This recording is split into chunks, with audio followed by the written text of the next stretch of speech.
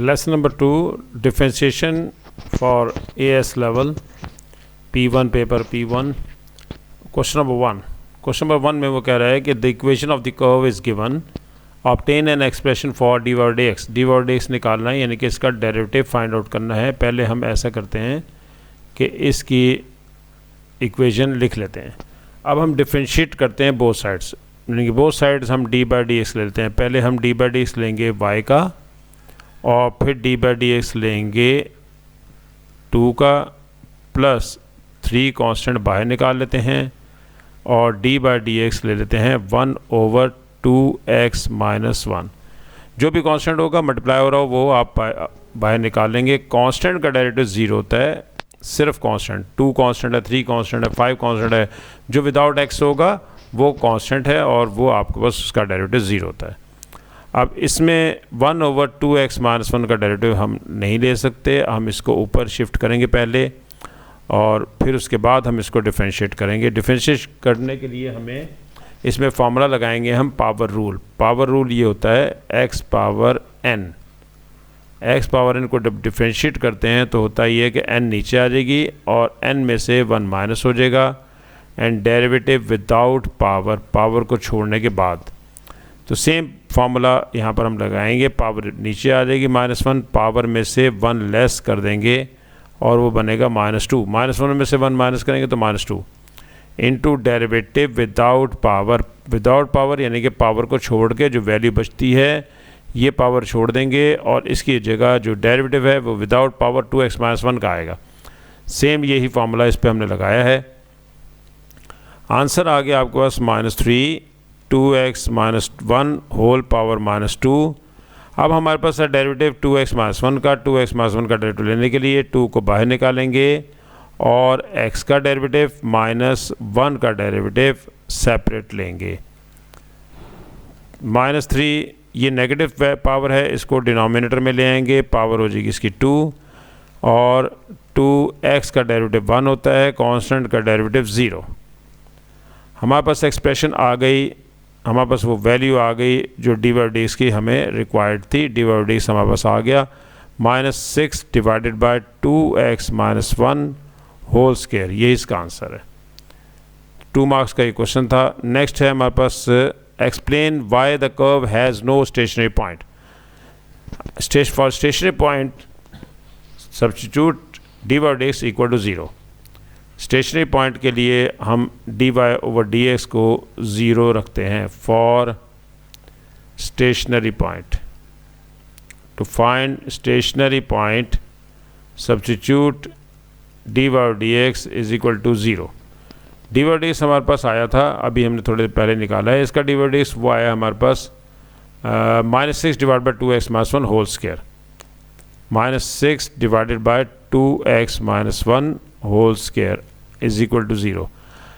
अब ये पॉसिबल इसलिए नहीं है क्योंकि अगर हम इसको राइट साइड पे मल्टीप्लाई करते हैं तो -6 is equal to 0 multiply by this. मैंने आपको समझाने के लिए ये इस तरह लिखा है, वरना ये डायरेक्ट लिख देंगे तो 0. तो ये पॉसिबल नहीं है क्योंकि -6 0 के इक्वल नहीं होता है और x यहाँ से फाइंड आउट नहीं किया जा सकता. तो इसलिए ये पॉसिबल नहीं है कि स्टेशनरी पॉइंट एग्जिस्ट करेगा. Stationary, there is no stationary point. आप कह देंगे no stationary point. Stationary point यहाँ पर आपके पास पॉसिबल ही नहीं है. स्टेशनरी पॉइंट नहीं निकाल सकते आप.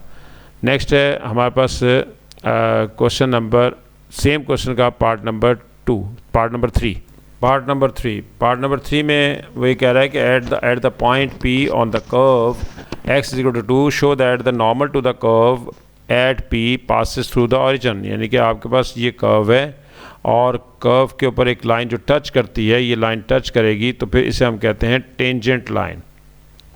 ये है टेंजेंट लाइन, और टेंजेंट लाइन के ऊपर 90 डिग्री जो लाइन बनाती है उसे आप कहते हैं, जो परपेंडिकुलर लाइन होगी इसे नॉर्मल लाइन कहते हैं, नॉर्मल लाइन. और क्वेश्चन में वो ये कह रहा है कि ये नॉर्मल लाइन पास कर रही है ओरिजिन से. ये ओरिजिन है विच इज़ x एक्सिस और y एक्सिस का intersection, point of intersection of x axis and y axis. ये x एक्सिस है और ये y एक्सिस है, इसके ओरिजिन से पास कर रही है ये नॉर्मल लाइन.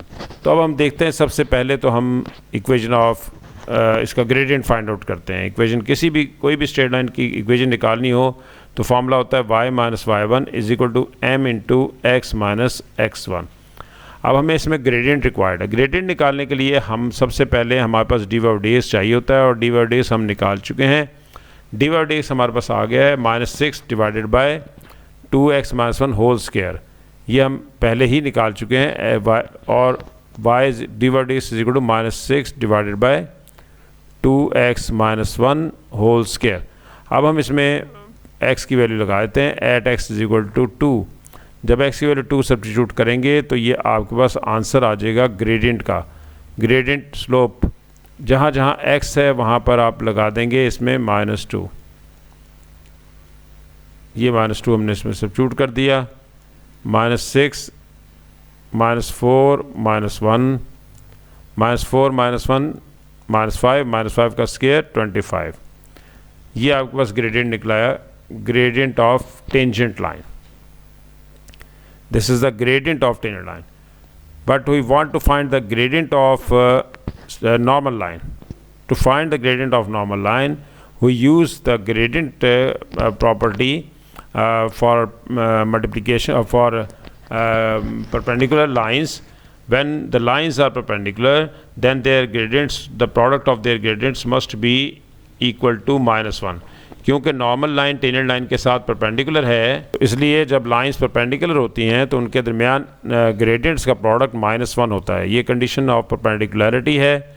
अगर हम यहाँ से ग्रेडियंट ऑफ नॉर्मल लाइन निकालना चाहें तो हम -1/m कर देंगे और -1/m लगाने से आपके पास इसमें वैल्यू ऑफ ग्रेडियंट निकलाएगी किसकी, नॉर्मल लाइन की। ये आपके पास आ गया 25/6 और ये है gradient of normal line.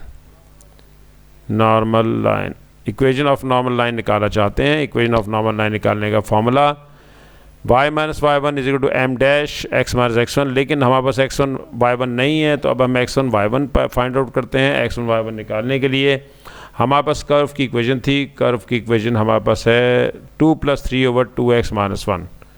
Curve की इक्वेशन है 2 + 3/2x माइनस 1। ये इक्वेशन ऑफ कर्व है। इस इक्वेशन ऑफ कर्व में हम x की वैल्यू लगाते हैं। पहले put x is equal to 2। जहाँ जहाँ x है वहाँ पर हम 2 लगा देते हैं। उससे होगा ये कि आपके पास यहाँ पर आंसर आ जाएगा y का, यानी कि पॉइंट आ जाएगा 4 - 1 और 4 - 1 आप कहते हैं 3। 4 - 1 इज इक्वल टू 3। 3/3 कैंसिल हो गया, ये रह गया 1। 2 + 1 3। तो इसका मतलब है कि पॉइंट आपके पास निकल आया है। पॉइंट है x और y, जो होता है पॉइंट उसे कहते हैं, और x की वैल्यू 2 है, y की वैल्यू आपके पास है 3। तो अब हम इक्वेशन ऑफ नॉर्मल लाइन निकालते हैं। इक्वेशन ऑफ नॉर्मल लाइन वो क्या आती है, y minus y1 is equal to m dash x minus x1। हम इसमें पॉइंट लिख देते हैं। पॉइंट हमारे पास है 3, y1 की वैल्यू 3, m डैश है हमारे पास। m डैश अभी हमने फाइंड आउट किया था और वो आया था 25/6। 25 डिवाइडेड बाय 6 x माइनस 2। अब हम इसे सॉल्व करते हैं। 6 को लेफ्ट हैंड साइड पे ले आते हैं। 6 इधर आ जाएगा, y minus 3 25 into x minus 2, और अब ओपन कर देते हैं bracket. 6y minus 18 25x minus 50। अब इसे थोड़ा सा आप सॉल्व कर लेते हैं। थोड़ा सा इसकी ग्रेडियंट को हम देख लेते हैं, और ग्रेडियंट हमारे पास है, यहाँ पर मिस्टेक है, x इज इक्वल टू 2 है। ये x इज इक्वल टू 2 हमने सब्स्टिट्यूट कर दिया है बाय मिस्टेक -2। 2 × 2 4 हो जाएगा, ये +4। 4 - 1 3, 3 स्क्वायर होता है 9। यहाँ पर 9 आ जाएगा। 2 × 3 = 6, 3 × 2 = 6 एंड 3 × 3 = 9। ये आपके पास एक फार्मूला बन जाएगा, वैल्यू बन 3 × 2 = 6 and 3 × 3 = 9। This is the gradient of tangent line. अब इसमें यहाँ पर ये मिस्टेक हुई भी है, इसे हम दोबारा से इसको ठीक कर लेते हैं। ये आ रहा है आपके पास -2/3, माइनस माइनस कैंसिल हो गया और ये रिज़ल्ट आ गया 3/2। ये ग्रेडियंट ऑफ नॉर्मल लाइन, थोड़ा सा इसकी करेक्शन कर ली है। और ये हम यहाँ लगा रहे हैं इसमें, इस जगह पर 3/2 और 3/2 जैसे हमने लगाया है, और आंसर मल्टीप्लाई करेंगे क्रॉस 2 को मल्टीप्लाई करेंगे y-3 से, और 3 मल्टीप्लाई करेंगे x-2 से, 3 मल्टीप्लाई करेंगे x-2 से। अब ये आपके पास आएगा। ये मिस्टेक मुझे कैसे पता चला कि ये मिस्टेक आ रही है, मैं अभी आपको थोड़ी देर बाद बताता हूँ। 3x-6, इसे हमने ब्रैकेट्स को ओपन कर दिया, 2y = 3x -6 + 6 राइट साइड पे ले गई, कैंसिलेशन हो गई। अब आपको मैं वो बताता हूँ कि मुझे कैसे अंदाज़ा हुआ कि ये मिस्टेक है, वो उसका आपको भी पता होना चाहिए। मिस्टेक इस तरह पता चली कि क्वेश्चन में था कि हमारे पास कहा यह गया था कि ये पास करेगी ओरिजिन से। जब ये ओरिजिन से पास करेगी तो इसका मतलब है कि इसमें सिर्फ़ और सिर्फ y और x आएगा, कोई कांस्टेंट नहीं आएगा, सिर्फ y और x। देखें y और x, कांस्टेंट कोई नहीं आएगा। और जब हम कर रहे थे तो उसमें कांस्टेंट भी आ रहा था, यानी कि कोई भी एक वैल्यू कांस्टेंट वैल्यू आ रही थी, +3 +4 +5 इस तरह के। तो इसलिए जब भी आपके पास कोई लाइन ओरिजिन से पास करेगी तो फिर हमेशा उसकी इक्वेशन में y और x आएगा, कांस्टेंट नहीं आएगा। इस तरह से यह मैंने इसको करेक्ट किया है, और करेक्शन करने के बाद आंसर हमारे पास आ गया है। नेक्स्ट इसी का पार्ट है, a point moves along the curve. बहुत इंपॉर्टेंट पार्ट है, बहुत इंपॉर्टेंट क्वेश्चन चल रहा है इस वक्त।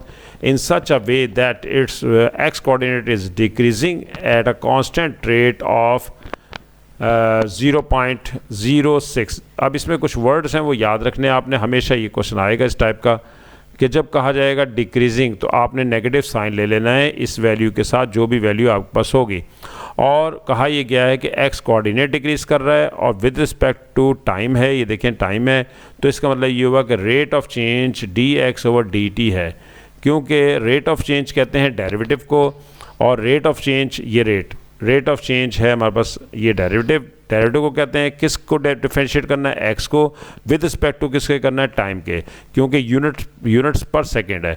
तो और ये डिक्रीज़ का है वर्ड, तो -0.06। दोबारा से बताया तो मैं आपको, रेट की वजह से मैंने डेरिवेटिव लिया है, क्योंकि रेट ऑफ चेंज है, रेट ऑफ चेंज डेरिवेटिव होता है।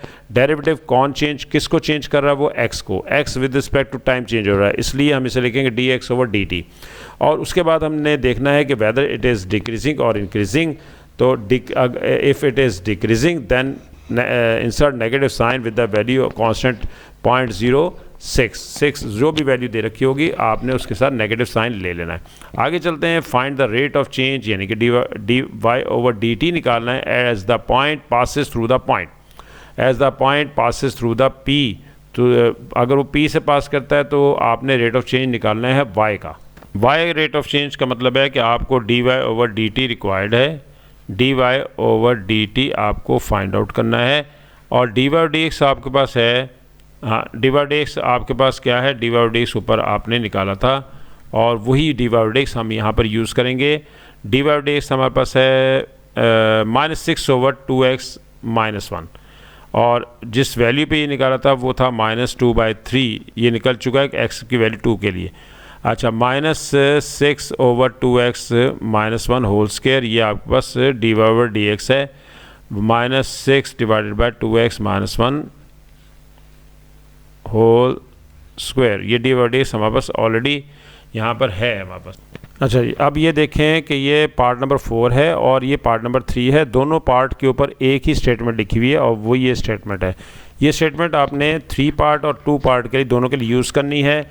इस पार्ट में वो कह रहा है कि ऊपर स्टेटमेंट में दे रहा है कि at the point P on the curve x = 2, x की वैल्यू 2 के लिए आपने इसका ये करना है सारा काम। तो dy/dx ऑलरेडी हम x = 2 के लिए निकाल चुके हैं और वो आया था हमारा -2/3, ये हम यूज़ करेंगे। dy/dx at x = 2, dy/dx at x = 2 which is equal to -2/3। अब हम चेन रूल लगाएंगे by chain rule. Chain rule क्या है हमारे पास? चेन रूल होता है कि जिसमें dy/dx इक्वल होगा dy/dt इंटू dt/dx। dy से शुरू हुआ है और dx पे ख़त्म हुआ है, ठीक है, dy से स्टार्ट हुआ है और dx पे ख़त्म हुआ है, दरमियान में dt और dt दोनों सेम होने ज़रूरी हैं, ताकि कट जाएंगे तो दोबारा डी वाई डी एक्स ही आएगा। अच्छा, अब इसमें वैल्यू सब्स्टिट्यूट करते हैं। डी वाई डी टी की वैल्यू आपने निकालनी है, ये तो हमें नहीं पता। D T by d x की वैल्यू ऑलरेडी है, ये है D x over d T, तो हम इसका रेसिप्रोकल कर देंगे तो ये D T by d x हो जाएगा, ये यानी कि 1 over minus 0.06। D y d x already हमारे पास है विच इज़ -2/3, और अब सिर्फ और सिर्फ रह गया आपके पास d y over d t जो निकालना है आपने। हम इसको लेफ्ट हैंड साइड पे ले आते हैं, -2/3 multiply by -0.06। D y over d t आपने फाइंड आउट कर लिया, माइनस माइनस प्लस हो गया, और 2 divide by 3 multiply by 0.06 is equal to d y over d t. अब देखते हैं कि ये किसके इक्वल है। ये आंसर आ रहा है हमारे पास 0.04। D y over d t का आंसर आ रहा है 0.04, और ये पॉजिटिव आ रहा है। पॉजिटिव आ रहा है तो इसका मतलब कि ये इंक्रीजिंग है, increasing at a rate of 0.04 units पर सेकेंड। ये हमारा आंसर आ गया।